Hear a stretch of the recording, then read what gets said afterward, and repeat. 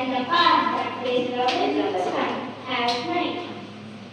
As the earth rotates, different countries come in front of the sun.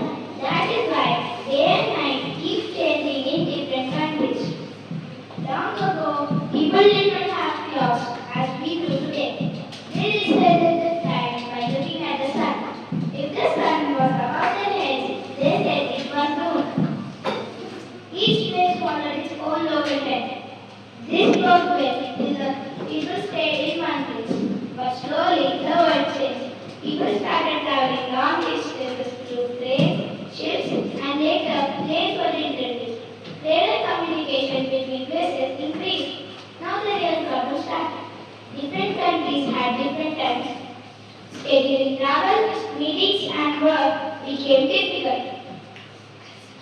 Then, as the earth rotates from west to east, time moves forward.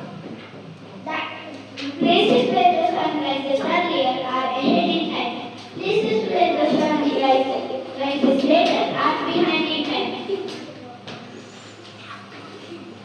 So, time zones exist because the earth rotates and causes day and night.